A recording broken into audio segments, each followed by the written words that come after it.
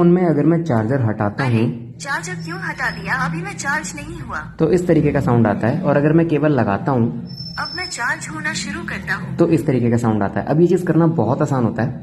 सबसे पहले आपको इस वाली वेबसाइट पे आके अपनी ऑडियो क्रिएट करनी है, जो भी आप रखना चाहते हो, देन डाउनलोड कर लेना। फिर प्ले स्टोर पे आके ये वाली एप्लीकेशन डाउनलोड कर लो, बैटरी साउंड नोटिफिकेशन। अब सिंपली इस वाली ऐप में ऊपर प्लस पे क्लिक करके अगर चार्जर कनेक्ट हो तो कौन सी ऑडियो प्ले करनी है वो सेलेक्ट कर लो, और अगेन डिस्कनेक्ट हो तो कौन सी ऑडियो प्ले करनी है वो भी सेलेक्ट कर लेना। ये 2 सर्विसेज ऐड होंगी 2 बार में। बस इतना करने से आपका काम हो गया। अब देखो, अरे चार्जर क्यों हटा दिया? अभी मैं चार्ज नहीं हुआ। ट्राई करके देखना, काफ़ी इंटरेस्टिंग है, बड़ा मज़ा आएगा।